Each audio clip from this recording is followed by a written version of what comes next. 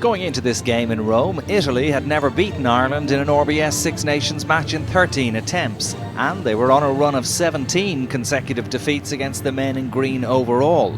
But Italy's brave performance against England the previous weekend, allied to Ireland's lengthy injury list, gave Jacques Brunel's team cause for optimism ahead of this encounter. It was an emotional day for Andrea Lo Cicero, making his last appearance in the blue shirt of Italy, earning his 103rd cap. And also for Brian O'Driscoll, perhaps making his last appearance for his country. Time will tell.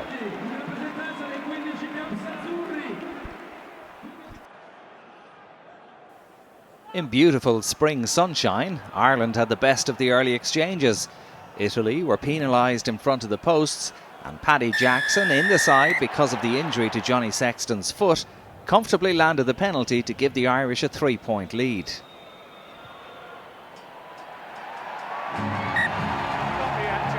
That lasted until the 13th minute, when Italy launched their first significant attack. The Italian maul looked like it might have the steam to cross the Irish line, but when it was finally stalled, Peter O'Mahony was penalised for not releasing, and Luciano Orquera slotted the penalty over to level matters.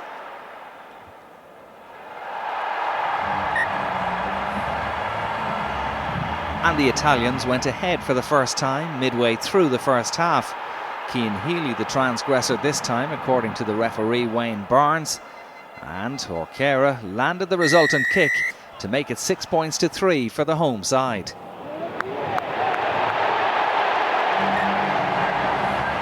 An already injury-depleted Ireland lost Keith Earls and Luke Marshall to injury, replaced by Luke Fitzgerald and Ian Madigan, and frustration seemed to be mounting in the Irish ranks, highlighted by a rush of blood to Brian O'Driscoll's head.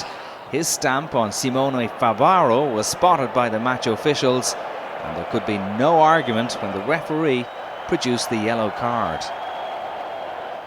With Ireland down to 14, the Italians had a chance to capitalise, and they extended their lead in the 36th minute when the Irish scrum was penalised. Gonzalo Garcia landed an absolutely magnificent penalty from long range to make it 9 points to 3. A brilliant effort from the Zebre centre, and a 6-point lead for the home side. Such was the attrition rate on the Irish backline. Second row forward Peter O'Mahony was forced to play as a makeshift winger. Italy have only won 2 games in a Six Nations season, once before in 2007, and they were well placed to repeat that feat, but ill discipline just on the blow of half-time gave Paddy Jackson the chance to notch a second score of the game for Ireland. The Ulster out half put it over the bar to leave it Italy 9, Ireland 6 at the break.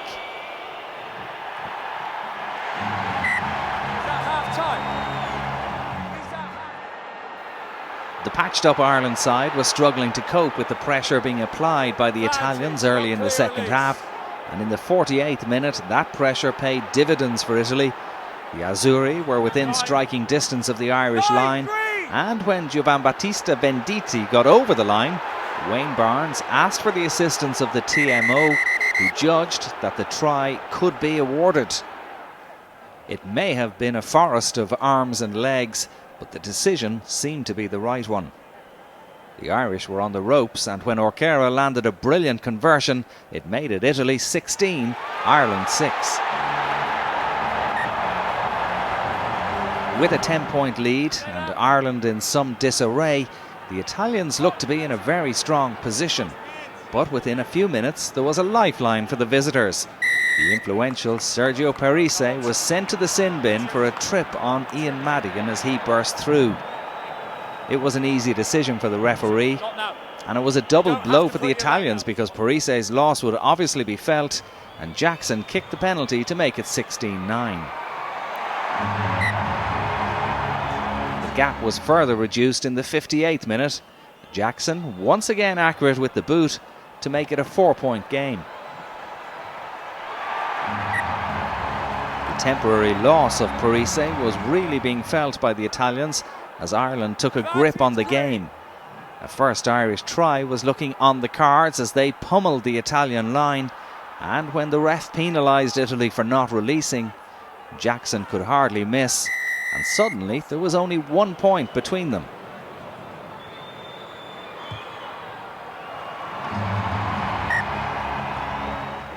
home crowd gave a brilliant ovation to Lo Cicero as he exited his final game after a 103-cap international career. What a servant he's been to this Italian side. Would he go out with a first win against Ireland? Well, the crowd in the Stadio Olimpico had more to cheer when Orquera put the Italians 4 points ahead 12 minutes from time. Donnacha Ryan was yellow carded for an off-the-ball incident. So Ireland were down to 14 once again, and Italy had a little breathing space. Suddenly it was an uphill task for the Irish, and without so many frontline performers, it was just too much for the men in green. Italy put the icing on the cake right at the end, with Conor Murray also off on a yellow for an off-the-ball tackle. A first ever RBS Six Nations win over Ireland was confirmed when Orquera popped over a penalty from under the posts. Delight for coach Brunel and for the Italian crowd. 2 wins and signs that Italy are emerging as serious players in the Six Nations.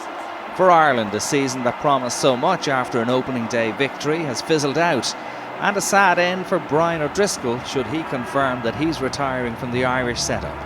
Final score at the Stadio Olimpico: Italy 22, Ireland 15.